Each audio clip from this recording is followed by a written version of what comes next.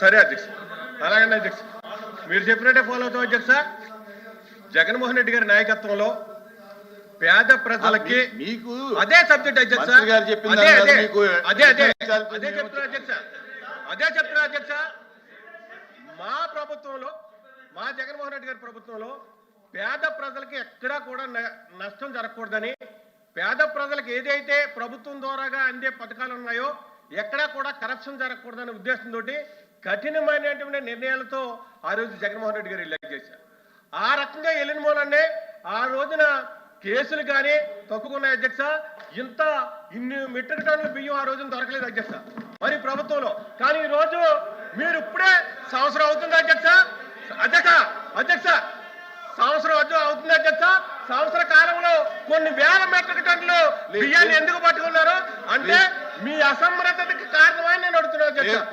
అలా కదా అధ్యక్ష, అధ్యక్ష ఒక సినిమా నో డిస్కషన్, కూర్చోండి. సినిమా డైలాగులు అవన్నీ కరెక్ట్ కదా, కూర్చోండి.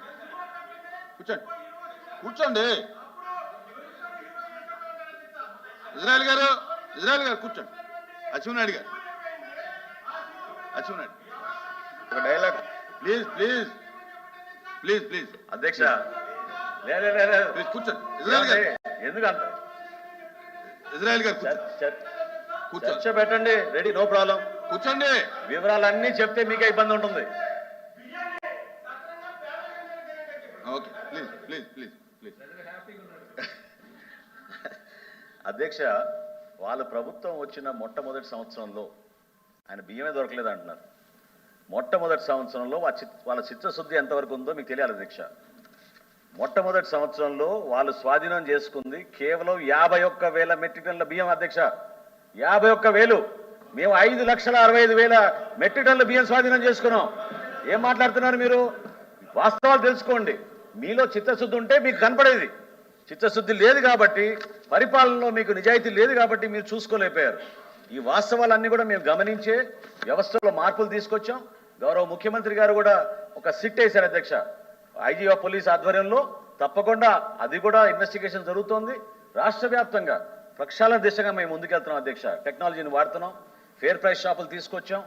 కొత్తగా మేము QR కోడ్, స్మార్ట్ కార్డ్స్ తీసుకొచ్చాం. ఈపాస్ మెషిన్స్ మార్చాం. ఈ వ్యవస్థలో టెక్నాలజీని ఉపయోగించుకుని పొరపాటు జరగకుండా ప్రజలందరికీ మేము మేలు చేయాలని, మా సరుకులు ఖచ్చితంగా క్వాలిటీ కానీ పొరపాటు లేకుండా ఉండాలనే ఉద్దేశంతో మా ప్రభుత్వం ముందుకెళ్తుంది అధ్యక్ష. ఓకే, ప్లీజ్ కూర్చోండి సార్. ఇంకా కూర్చోండి. ఇంకో క్వశ్చన్.